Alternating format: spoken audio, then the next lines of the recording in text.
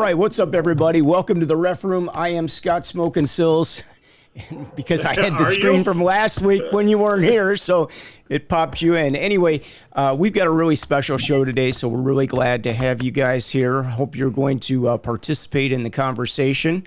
But before we get to that, I just want to mention a couple things here. And one is, I know we have a lot of regular listeners on the show, and Brad always tells me, oh my gosh, we have all these people from around the country that listen to the show and all this good stuff. And I wanted to share this with you because I ended up getting a letter in the mail the other day along with a gift or a box. I'm like, what is this? And it came from USA Hockey, and I'm like, oh my gosh. But I got a really nice letter, and I'm sure Brad knew about this or got the same thing, but it came from our Central District Referee-in-Chief, Tim Richter, and he says, as a casual listener of your weekly Ref Room podcast with AHAI Referee-in-Chief Brad Baumruck, he got all your titles correct there, Brad.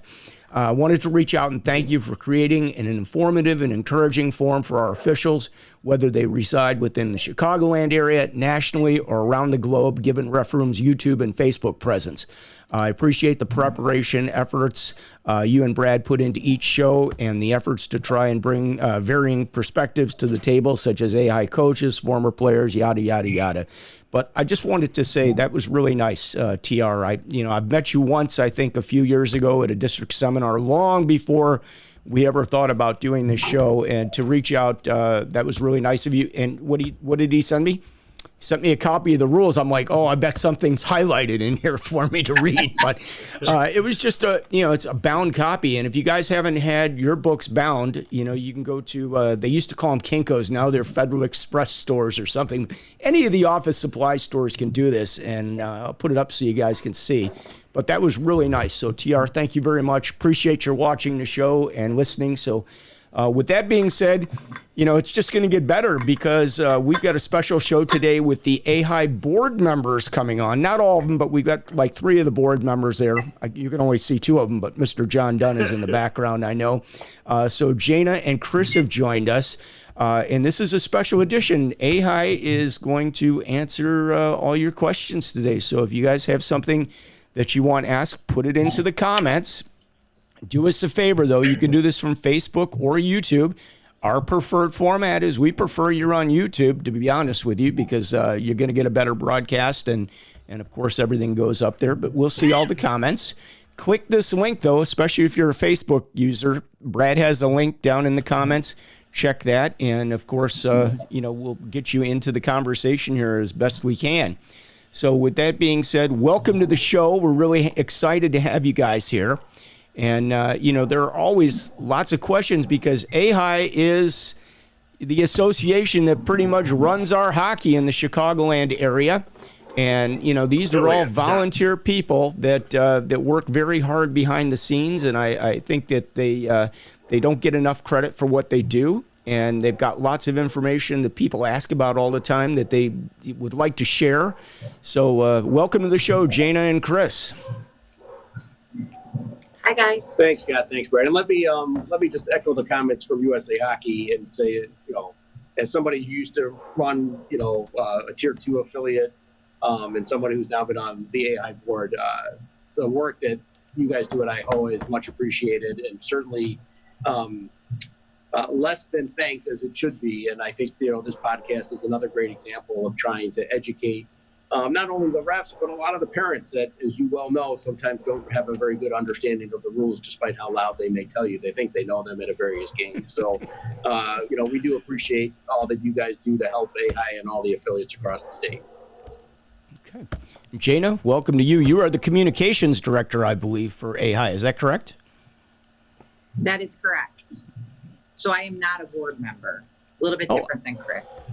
I didn't know that. I did not know. I thought you were part of the board. So you're actually the hired gun, as we could say. Awesome. Well, see, Scott, we're here to educate you as well. Yeah, listen, don't laugh. I know nothing about a lot of this stuff. A lot of the stuff that we're going to cover today, this is going to be informative for me as well as probably for a lot of the referees because I don't have any kids that play hockey. I don't have any kids, period. I got Frankie, but I don't have any kids. So, finding out more about the ins and outs. I mean, John has shared a lot of things with me over the last couple of years, and I've been blown away with some of the information that I've gathered from him because, you just don't know. And I think one of the things that a lot of people want to talk about is the two-choice rule. And the two-choice rule, I'd like for you guys to explain that to us and offer up, because I know a lot of people would like to have more choices. Well, Yeah. hey, Scott. I'd Real be quick, happy to before take you, that one. Although, go ahead, Brad. yeah, before you head into that part, let's just clarify the what AHAI does versus USA Hockey's role, and how AHAI is an affiliate of USA Hockey, and then IHOA is an affiliate of AHAI. Does that make sense? Before we delve into the two-choice rule, because the two-choice rule is specific. That's an AHAI rule in our area. Okay, break it down for us. I mean, not everybody understands. Like, USA Hockey is the big parent, and they have the affiliates, and AHAI is one of the affiliates that kind of runs the local hockey like you would have in the other parts of the country. AHOA is a branch under AHAI in a way. Am I going at this the right direction, Brad? Because, AHAI does a lot for AHOA, and we run like seminars for them and do certain things that make us a part of AHAI, and that's kind of where we are. So I'll let you guys take it from there. It's a great segue, and I'll even take Jake's comment. There was one of the comments on the side that asked about how long we've been on the board and how do you get involved, and I think it all kind of ties together. So, Scott, to go back to, or Brad, to take your first question. So USA Hockey, right, is obviously the 800-pound gorilla, the one that basically supervises basically youth hockey pretty much across the country. There are obviously some other organizations that have hockey programs, but USA Hockey is the most prominent one. Every state has their own affiliate, right, that is an affiliate of USA Hockey. And so USA Hockey will have certain rules, for instance, player conduct and, certain penalties and things like that they kind of direct down. And then every affiliate has to follow USA Hockey's rules, but at the same time, they can have more stringent rules. So, Brad, to your point, the two-choice rule, right, is an AHAI rule, but you will find that only exists in Illinois because that was a rule implemented, and I'll get back to the history of it, but that was a rule that was implemented at the AHAI level. That is not a rule that comes down from USA Hockey and does not appear in really any other state. And just to kind of tie this back as to how do people get involved in this, most people that get involved in AHAI typically have been involved at some affiliate level, right? Like I got involved in rules and ethics at a tier 2 program, then made my way up to a president and co-president, and from there was actually appointed to fill a spot on the AHAI board. And then once that term was up, I re-ran for election. AHAI board members serve 3-year terms. They are non-paid volunteer positions. And most of the people that get on the AHAI board or want to serve on the AHAI board have served in some form or fashion at an affiliate level. And quite frankly, a lot of the folks that serve within the USA Hockey community, right, are those presidents and senior folks at the various state affiliates, as well as there are some paid folks. Obviously, USA Hockey is a very large organization, and so they have paid personnel and staff as well. So in terms of the tier 2 choice, remember that in the old days, the state tier 2 programs were all districts. And so you played for the organization within the district that you lived. There were some minor exceptions to that. And then as that changed and the district limitations was removed, there was a concern that local clubs were going to lose kids, and it was going to be very difficult to plan and have, hey, I need this much ice because I'm going to have this many teams. Well, but now all these kids left and went to another program. So this was not even an AHAI rule. This was implemented by the presidents of the tier 2 clubs, came up with this rule as a manner in which they could all try and have a little more predictability about their constituents, the number of teams they were going to have, the number of coaches they needed to hire, the ice that they needed, and things of that nature. That has continued to develop, right? AHAI has always kind of promoted tier 2 hockey as community-based hockey. It's not quite what it used to be, right? As the price of hockey has gotten higher and higher, especially in Illinois with the cost of ice, the cost of insurance, and things of that like, people are paying a lot of money to play hockey. And so you get a lot of parents that say, if I'm going to cut a check that's in this, this range, I should be able to send my kid wherever I want. And so we're walking a fine line at the AHAI level of trying to figure out what's the best way to make sure that the organizations can continue to run and provide a good service to the community, and at the same time honoring the parents' wishes that they should be able to play wherever they want. And so the rules that have evolved out of that were the original two-choice rule. In addition, as of late, during the pandemic, there was a modification to what they call the player movement rule, where you have different number of players that can be imports at a given level, and that number changes depending on whether you're a squirt, a Bantam, a Pee-wee, or a Bantam. I'm happy to get into that, but I feel like I could talk for 5 hours on player movement and two-choice alone. Well, I'm sure the people watching would enjoy hearing about that because there are always a lot of questions about some of that stuff. I'm going to put this one out here. This comes from Jake. He says, why do refs not hear about the outcomes of suspensions from the penalties they called? This is to AHAI, obviously. They'd like to hear from you. I can answer it, but I'll let Chris tackle it if he wants. Go ahead, Brad. I don't want to be the only one talking here. Yeah, so the one thing that a lot of people don't realize is that on any given weekend, there are hundreds of games played in Illinois, right? Okay, but on top of that, we have hundreds of teams playing outside of Illinois at the same time. So the suspension committee it's somewhat of a small committee for how many incidents that they have, and they do take the time to look into every incident, every player's profile, every history, yada, yada, yada, such and such on that player in order before they make a determination. And the thing is if they compounded that after talking to both coaches and talking to the player and then maybe talking to their parents and then talking to the officials, you're talking a lot of emails and a lot of communication time that really in the long run for referees, and personally, in my own opinion, from refereeing for how long, I really don't care. That's not on me. I'm there to call the penalty for that specific contest and then show up at the next one.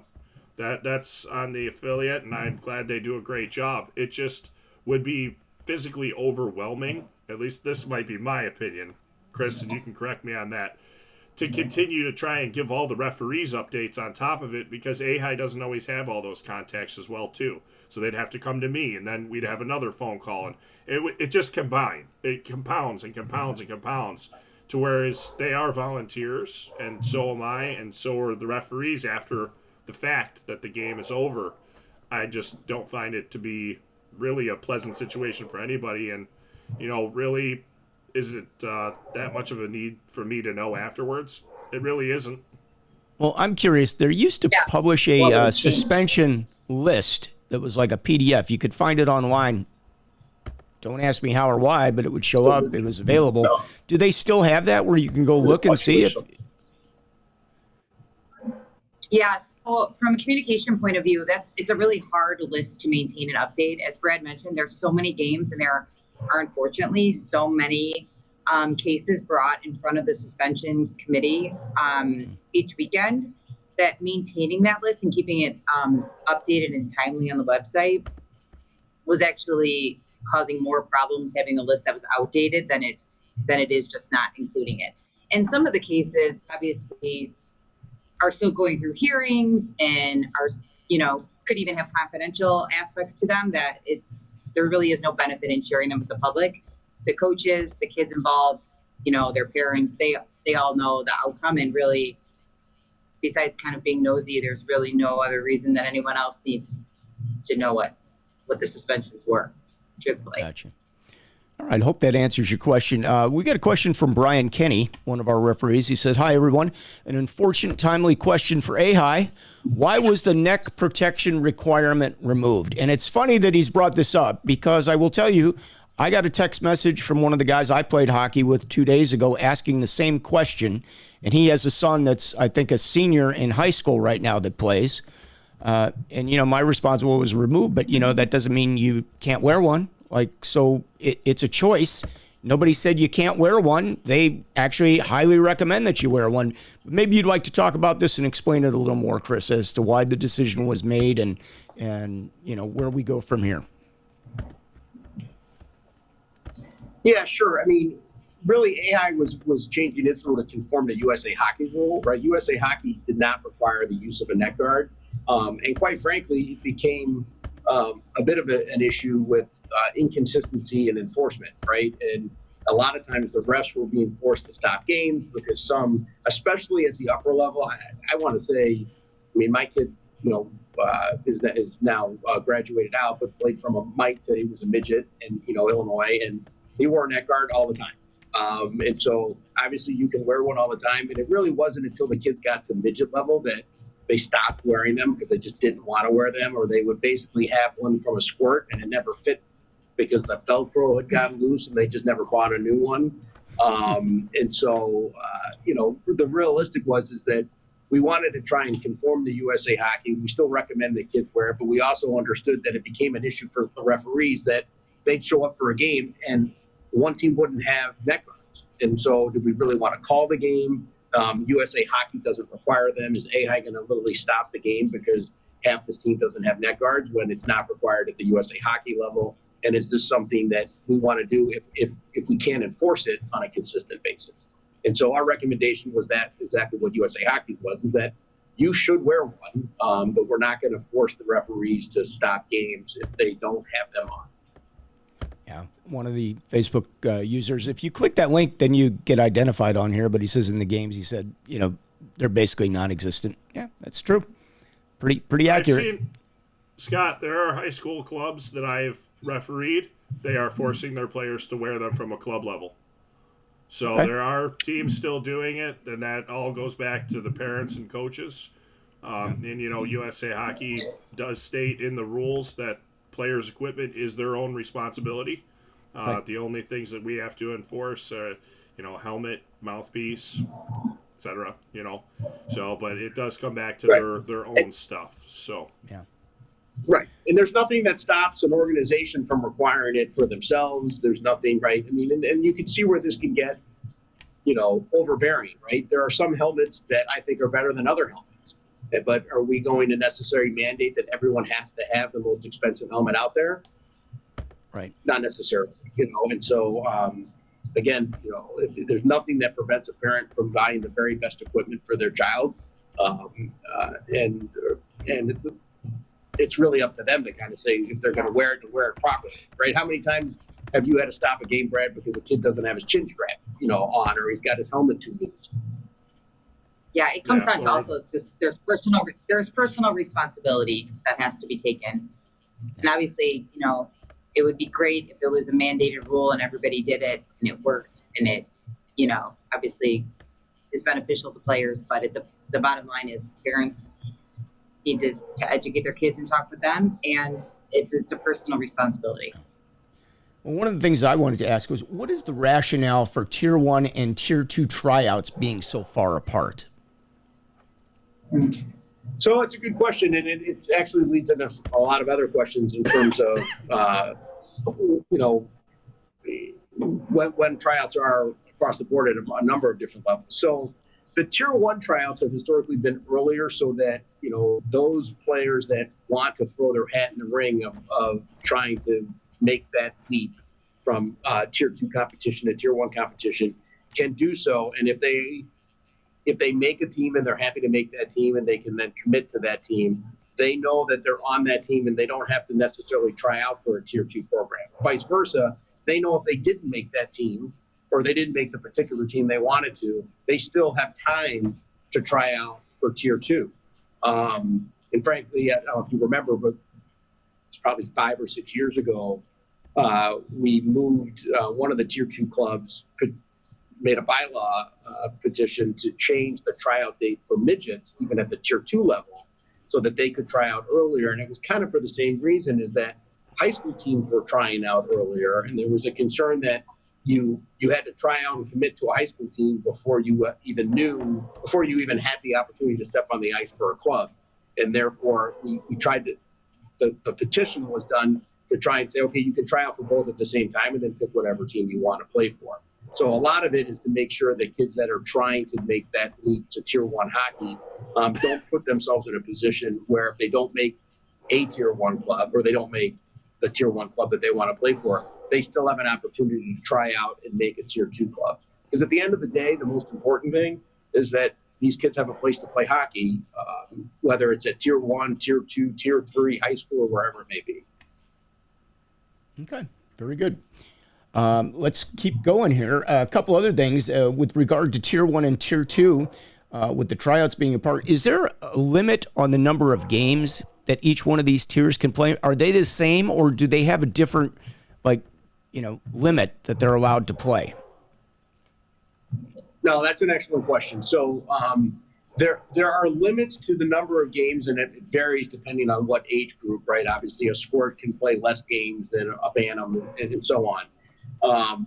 But those limitations were placed at the Tier 2 level. Again, at a time when we were focused on community-based hockey and the fact that we wanted Tier 2 to be something available and attainable by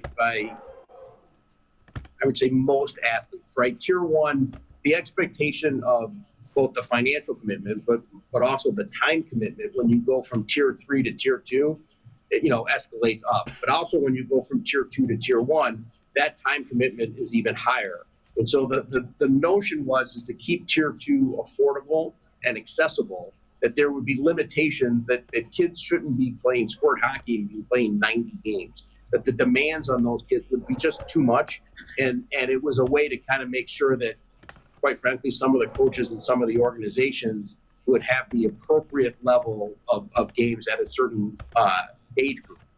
I will agree with you, or perhaps some of the folks that are writing in, that you can make that argument applies to Tier 1 as well, that if it makes sense for a kid at a certain age to only be able to play so many games, that same concept would apply at the Tier 1 level.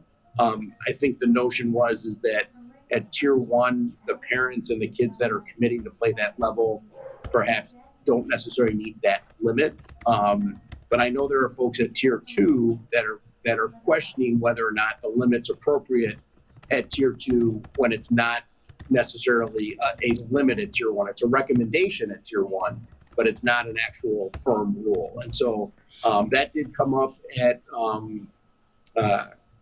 I think most of your listeners know that AHAI every year has an annual meeting, and we happen to be sitting at the Westin Hotel where we have the annual meeting, and we have breakout sessions. And at one of the breakout sessions this past meeting, this very topic came up, and so it is one of the things that's being discussed at the AHAI level. Of are the game limits right? Are they the appropriate game limits? Should they be enforced only at Tier 2?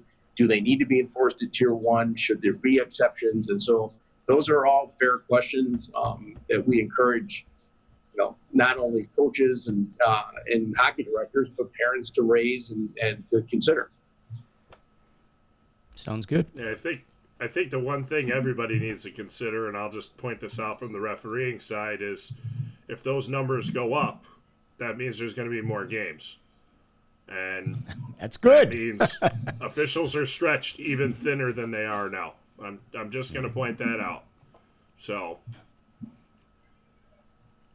all right. As far as high school and like AAA, or even Central States, what's the real rule here as far as being able to play at two locations? I mean, if you're playing AAA, can you play high school hockey here in Chicago full time, or are you kind of required to stay within your one organization? Because growing up for me, you could call it AAA back then, even though there wasn't AAA.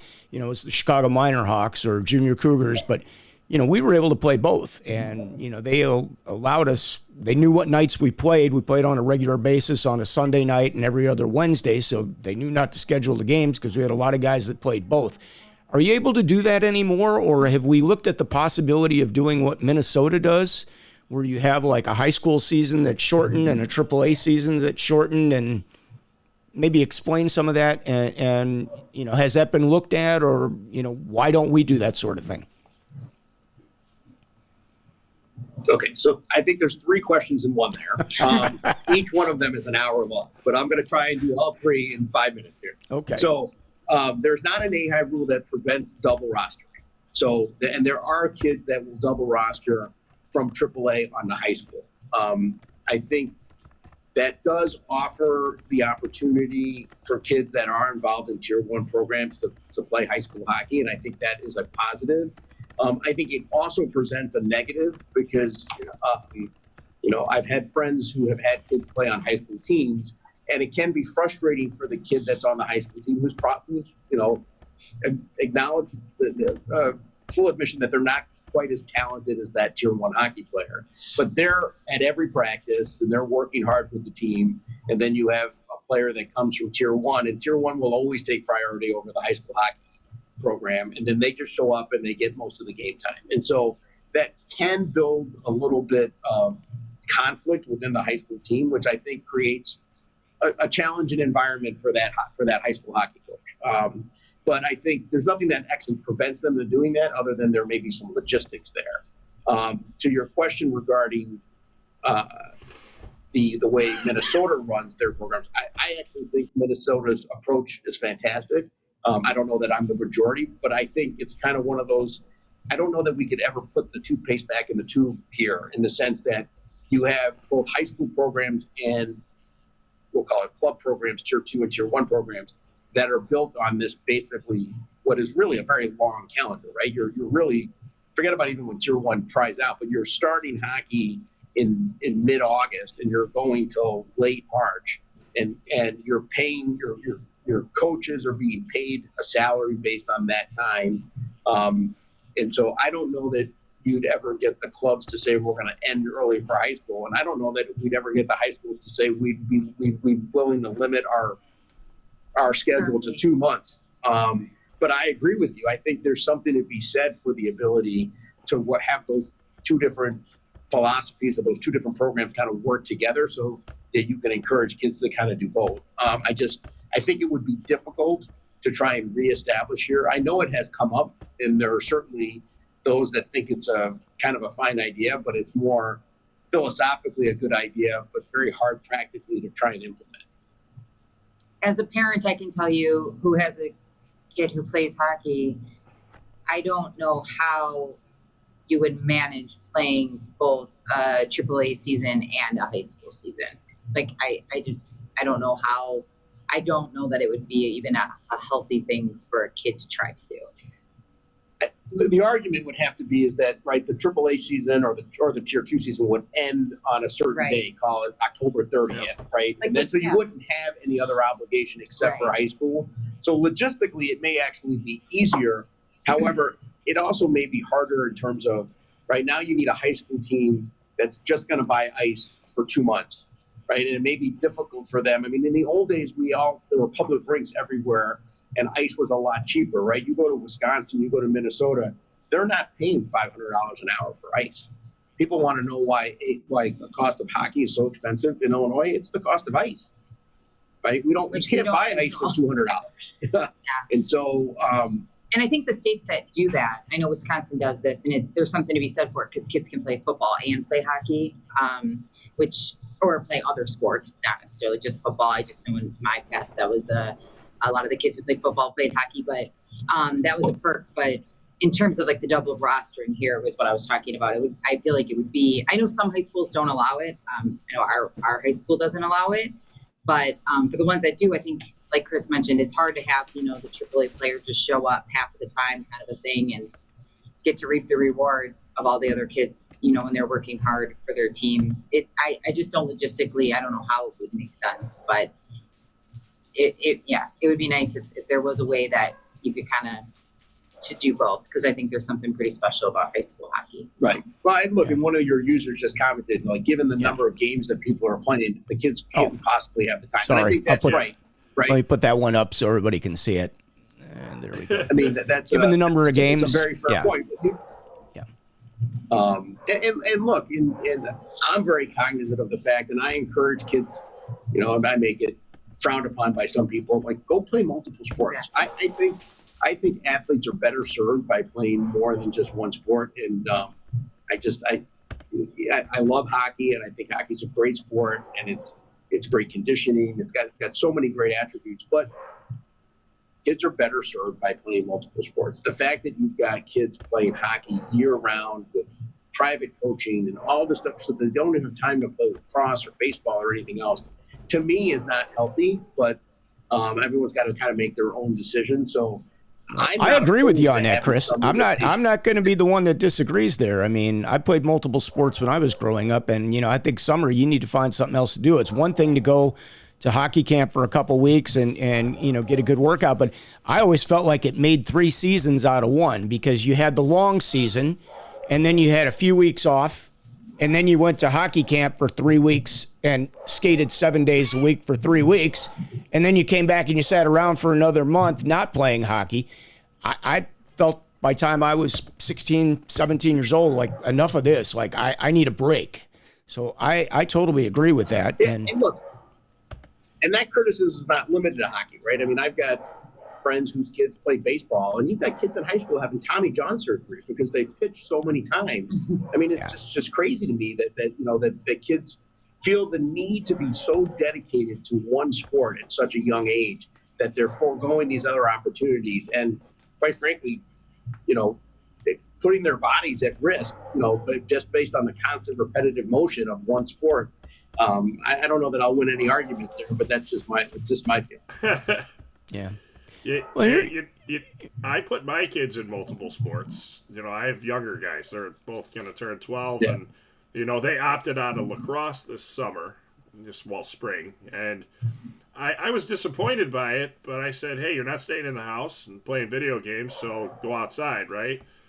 What do? They go outside and play lacrosse in the backyard together the entire time. I'm like, you got to be kidding me. Like, you could have been playing travel lacrosse this year instead of doing.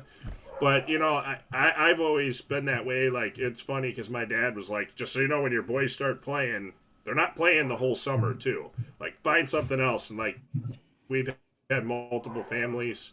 Hey, you want to play 3-on-3 hockey, whatever? And I'm like, nope. Not concerned. The boys can go to edge work every other week or once a week and be done with it. Like, go do something else for the other 6 days a week and go be somebody that's not a hockey player. And I'm not suggesting that you can't make that work, because I think you can. But it takes a parent who's willing to do that. And sometimes it takes a little more flexibility in some of our coaches. I mean, we've all seen some of those coaches that that don't like when somebody plays football because all of a sudden they've got to miss some hockey. So, some of this also goes to those coaches that are out there saying, look, be understanding when somebody has some conflicts, right? Practice never trumps a game. But, if somebody's got a football game, give them a little leeway on a practice if they can, if they're managing to stay on top of their work and otherwise, are being a good teammate and not let the team down. But again, that may be an individual thing. All right, so we had a comment up here. It says Wisconsin and Minnesota. We were talking about the cost of hockey. Have public rinks, some even at the I'm assuming high school. It has mostly private rinks in, I don't know, the rest of it doesn't make much sense to me what they put up there. But, some of the schools, like I think Maine, like in Park Ridge, I think they get a very reduced rate from the Park District for their ice hockey program, if I'm not mistaken. They're probably not paying $500 or $600 an hour. And I know you've got a lot of the clubs that are.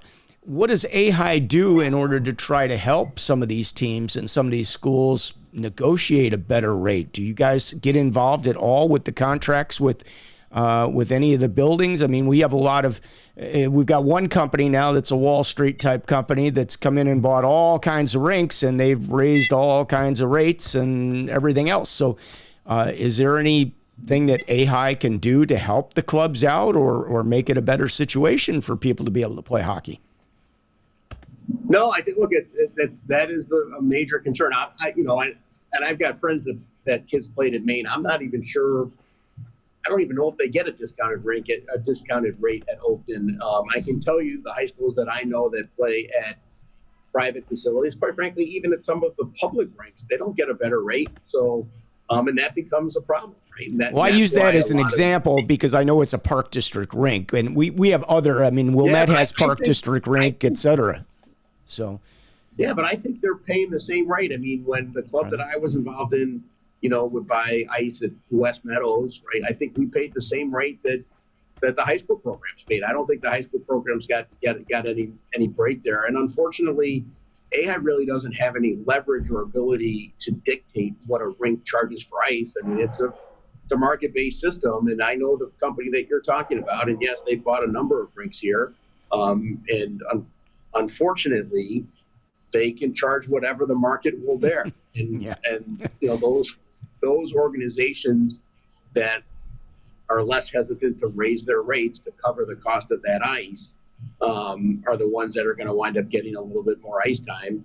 And the only thing I can say is that AHAI is always willing to work with people when they're looking to kind of build rinks. I mean, we try to be a resource so that if people are looking at trying to build these facilities, to try and make sure that, we can assist them in the sense of kind of helping them from a knowledge standpoint. But, AHAI is a non-for-profit. It doesn't really take very much money. If you notice, when people sign up for USA Hockey at the beginning of the year, there's a very small portion that goes to AHAI, and that's AHAI's budget unless it's otherwise raising money. And so it really it doesn't have the resources to subsidize the cost of ice for high schools or really any other organization. The best it does is it uses some of that money to kind of cover the cost of the ice for like state tournaments and things like that, to try and reduce the cost of some of those clubs when they get involved in some of that programming. Yeah, I think it bears repeating that if a club is charging $600 for ice, AHAI is not making any money off the club and the fees. So the fees that you pay to the club, it's not like we don't take a cut of that money. That is a price they set, and the club obviously works their budget around that. So if there's questions on the fees that you're paying and where that money is going, the best thing to do is to talk to the club president and treasurer, and they should be able to tell you, this is the fees, this is what we're doing, this is how much the coaches cost, and the off ice and the goalie training and all the things, right? I mean, I can tell you that from running a tier 2 club, and fees were not, we're not the cheapest on the block.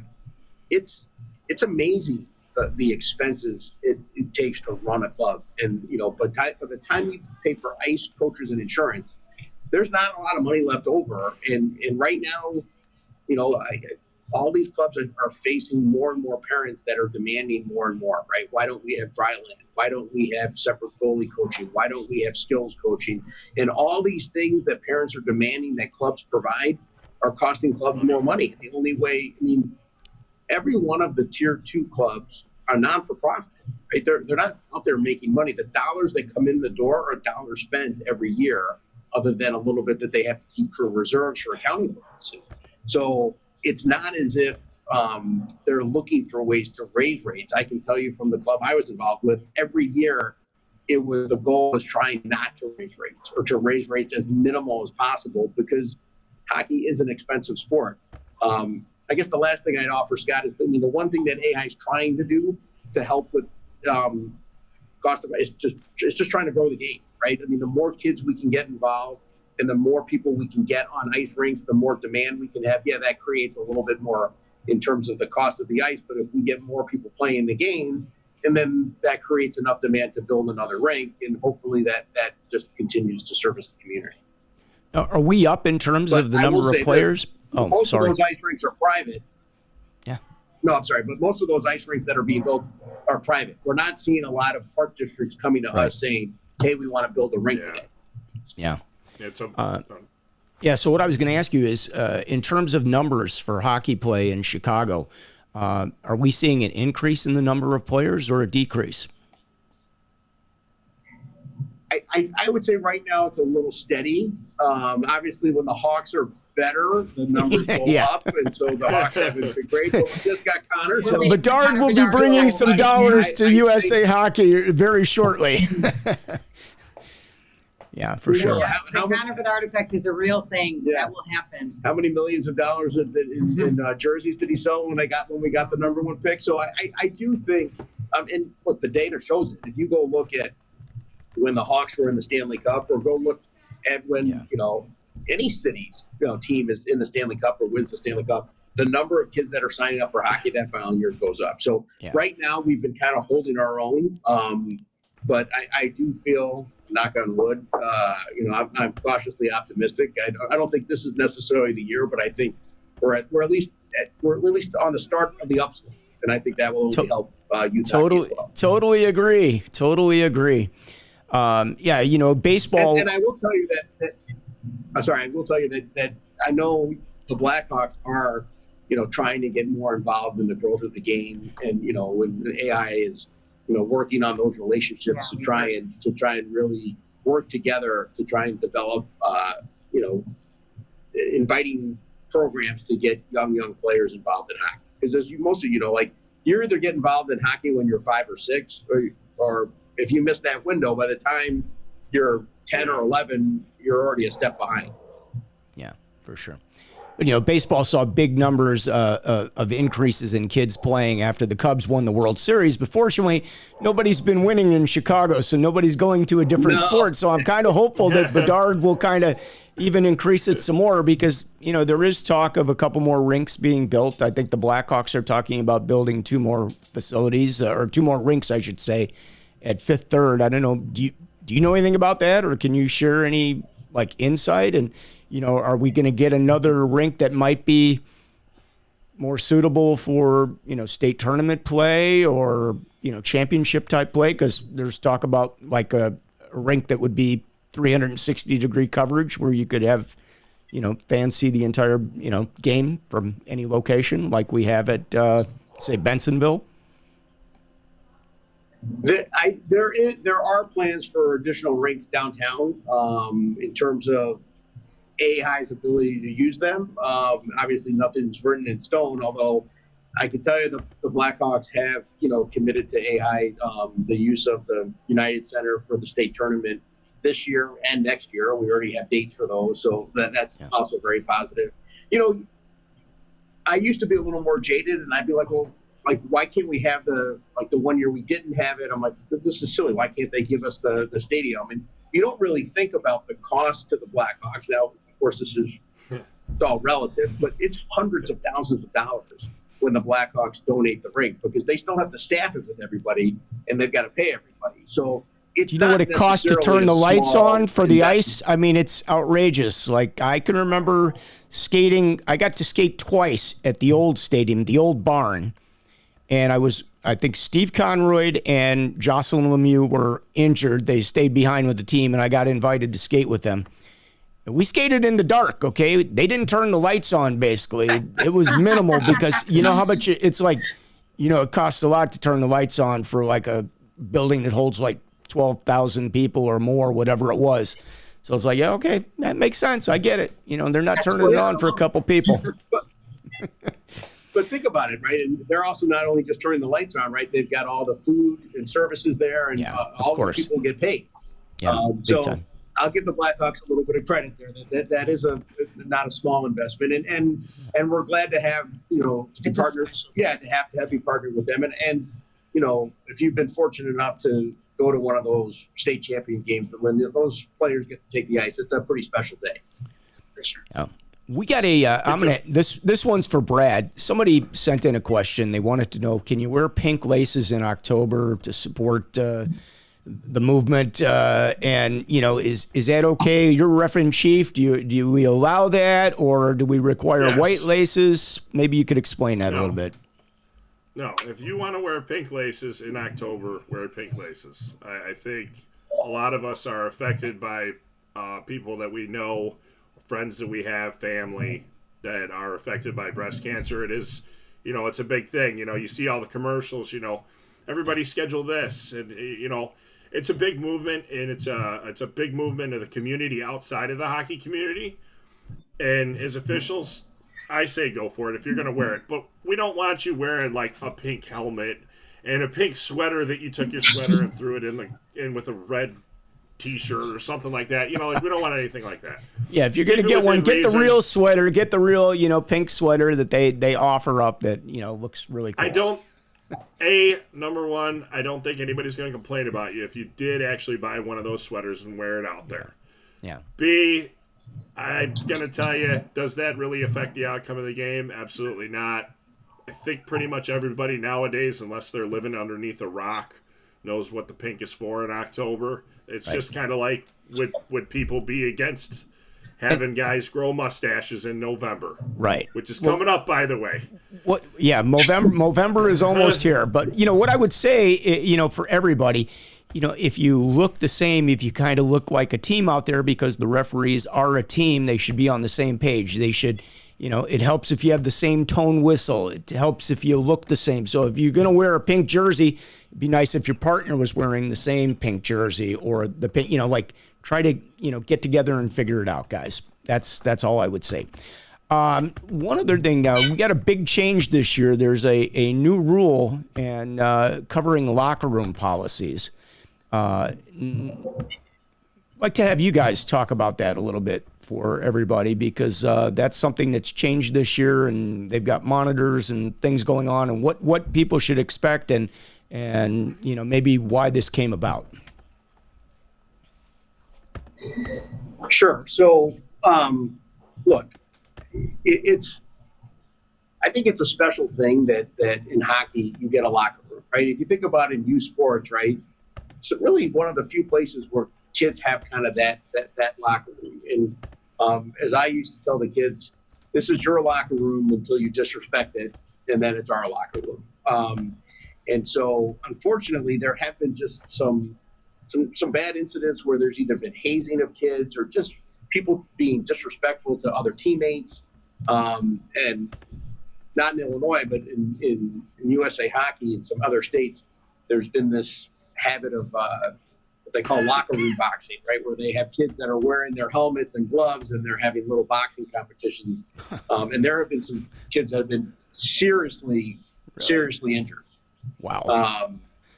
And so, I don't know from this. I honestly, now you're telling me something I don't know. I had no clue, but Brad's got his hand up. I will be the first one to admit that I still, from my JV team, was the locker boxing champion. Okay, undisputed. Okay, I'm sorry. It was a thing we did, but you know what? You know what? So that wasn't the bad incident, but then one time, all of us dummies got the good idea to take a giant Super Ball, turn the lights off in the locker room, and bounce it around until somebody got hit in the eye. Yeah, so that's what they're trying to prevent, really, to be honest with you. When you get a bunch of 16, 17-year-olds together, we don't make a lot of good decisions. So I get it. I know where they're coming from, but I just wanted to point out I participated in these things. Looking back at it, it's not good. So let's. Hey, man, hazing in my day was. To wind up like Brad. Yeah. That's what happened. Hazing in my day was the kid that didn't pass the puck had to wear a puck around his neck for every time he showed up and was in the locker room. Put your puck back on. Right. If you don't want to pass it, you keep it. Yeah, the notion is obviously, look, the locker room, I think, offers a team a special place to kind of continue to build that bond, but they're there to play hockey, right? That's why we're here. So AHAI is really just enforcing rules that it's had in place before, which is that we expect the affiliates and the organizations to maintain control over those locker rooms, to make sure that they're being used for the purpose they're supposed to be, right? Which is allowing the team to build that camaraderie and build that chemistry amongst themselves, but not a place where somebody can be singled out either with words or physical conduct in a manner that's not healthy. And so, Brad, as you pointed out, right, young kids make a lot of stupid mistakes, and so you want to give them a little bit of freedom to make sure that to kind of act accordingly, but you got to give them the supervision to prevent those things from happening. And I will tell you that I don't think I'm overstating this. I would say it's more than 50%. It may actually be more than 75% of safe sport complaints are because there was not somebody in the locker room. So just having somebody in the locker room will reduce the number of safe sport complaints that may be filed in Illinois and, quite frankly, across the country, just by having proper locker room monitors. So one of the Facebook viewers says some of the coaches demand that if you don't play on the spring team or summer workouts, then you don't get to play on the fall team. So that's going back to our conversation and covering that. We got a few minutes left. So before we go, I guess let's talk a little bit about state tournament, because that's, all roads lead to the state tournament. Okay. That's what it's all about.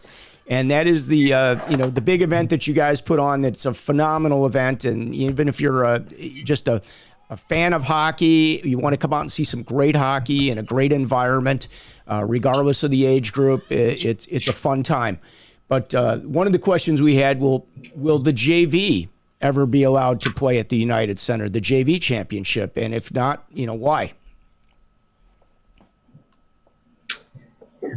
I don't know. I mean, I think Illinois may be one of the only states that actually even has a JV state champion. There's some questions. I mean, and there's some people out there that say we really don't even need that. I mean, why are we having championships at the JV when that's really kind of the stepping stone to get to the state tournament? Wherever you may fall on that, right? You may have a kid that really just for whatever reason only played JV, so that you don't want them to be denied the opportunity to play for a state tournament. But it's all going to come back to, again, the cost and the time, right? As it is right now, we're getting 1 day from the Blackhawks to utilize the United Center for this purpose. And if we try to add another game, we'd be starting at 3:00 in the afternoon, which then, of course, or 1:00. John's saying 1:00 in the afternoon, which just may not be practical or feasible. Yeah, sure. Yeah, this year it happens to be a Wednesday because of the day that they had available. I think next year we got a Sunday, so that'll be a little bit better. So this time it's going to be even tight in terms of when we can start, because kids are going to be getting out of school and having to hop in a car and get right downtown. And I can tell you that while I agree that, JV wants to play at the UC, I think any kid who has gone to a game at the UC wants their state championship to be at the UC. That's tier 1, that's tier 2, that's all the levels that, that go through a state tournament. Of course, they're like, why can't we get this? Not that Mount Prospect isn't shiny and bright, but when you go to a game at the UC, you realize it is a pretty special thing that we're lucky enough to be able to provide to the high school varsity players, boys and girls. So I think, in a dream world, we would be able to offer it to JV and to other levels. We have to be thankful for what we can get from the Blackhawks, for sure.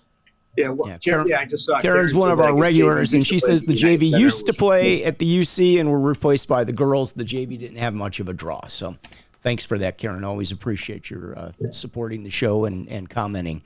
As long as we're on the subject of the state tournament, why don't you talk a little bit about the rankings and how it works and the divisions for people that don't know and, would like to have more, insight onto the way these teams get into the divisions that they're in.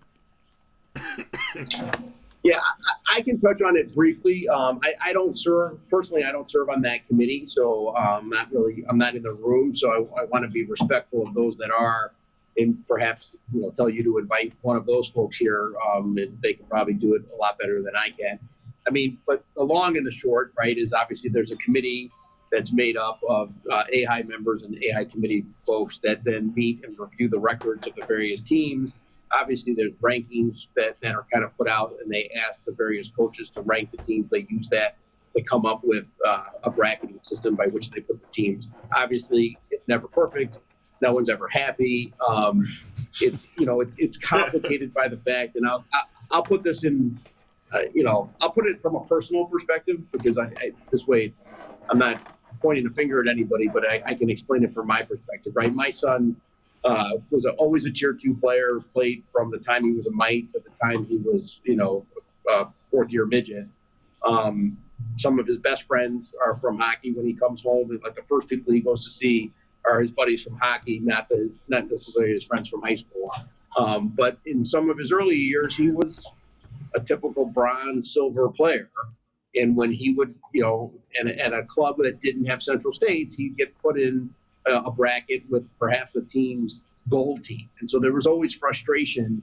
Well, why is a bronze team playing a gold team, right? And the complication we have is that, especially when you have kids that are playing in NIHO, where we have these metallic divisions, they don't really translate into the state tournament, because the state tournament is really AA an A. And so, right, if you're bronze, if you're silver, if you're gold, if you're elite, if you're Central States, you're a double A team, right? I mean, whoever your top team is your double A team. So I think that becomes the constant struggle, is trying to figure out how to make sure the teams that are playing against each other have the right parity. And if one club has 5 teams at the PB level and another club has 2 or 3, right, the top team at one club versus the top team at the other club may not necessarily be the right parity. And I know that is something that I think what they generally do is they look at those 2 teams as equals, and then there's meetings and conversations, and I think a process by which you can get exempted to try and move down so that you're kind of more appropriately ranked. But I'm not part of that process, so I can't get into the details of it. But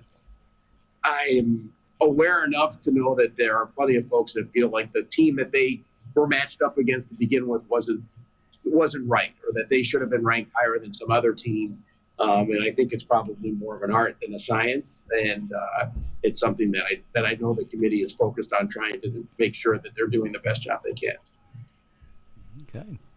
Well, anything before we go? I'd like to open it up for you and Jana to bring up something you want to talk about, or something you didn't get a chance to cover that you wanted to talk about today before we kind of close it down.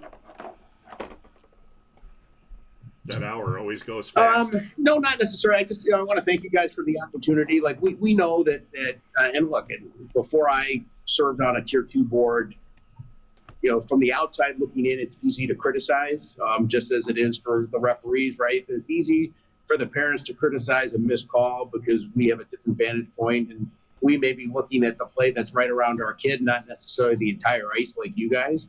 And that kind of goes, as you move up the chain, right? As an affiliate, when you're looking at what's right for a club, that may not necessarily be what a particular parent is looking at, what's best for my kid, what's best for this team.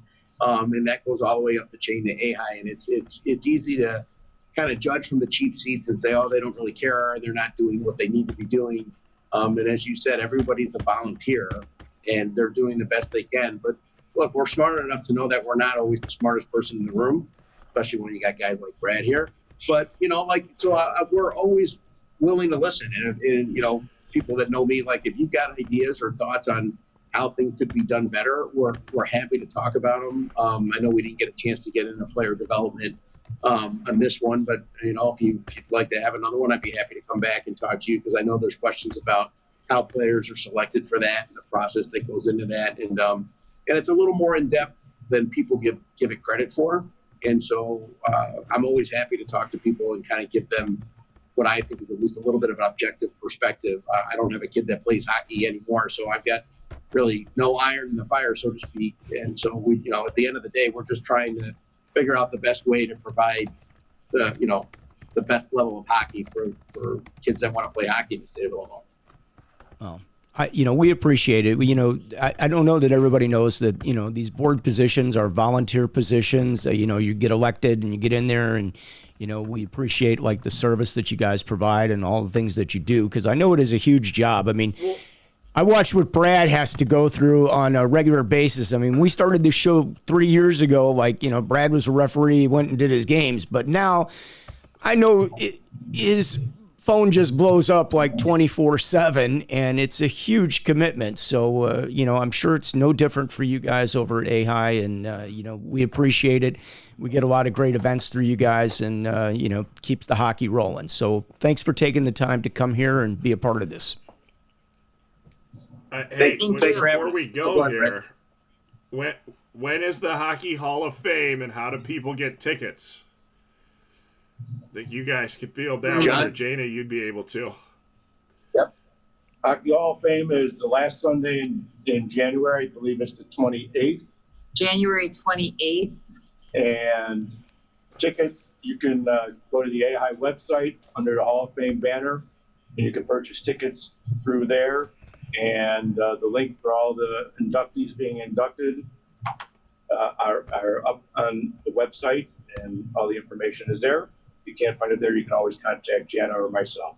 And that's John Dunne in the background that's not on camera that just gave you that information, so everybody knows. We keep him hidden.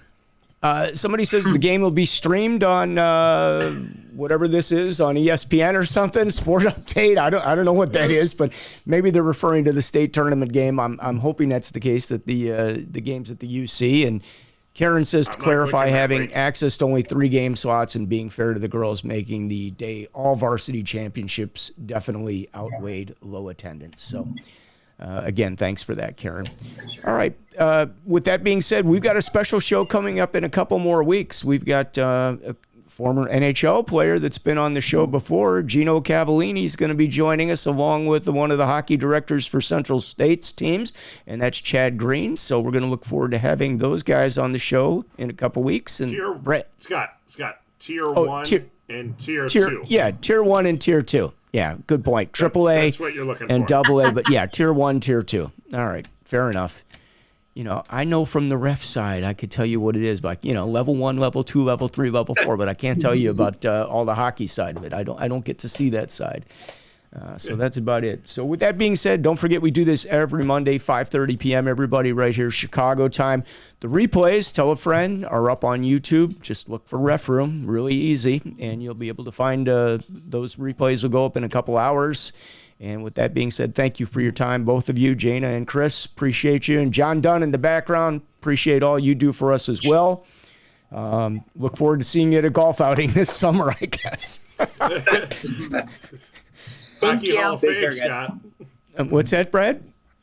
Hockey Hall of Fame. Hockey Hall of Fame, event. yeah. You never know anything if I'm lucky enough to get a ticket, I'd love to be there, of course, because it was a great time. You guys do all these cool events. If people don't know about some of the events that go on outside of the hockey community, like outside of the games, the golf outing was phenomenal. The Blackhawks luncheon for the scholarship fund, or whatever you want to call that, amazing.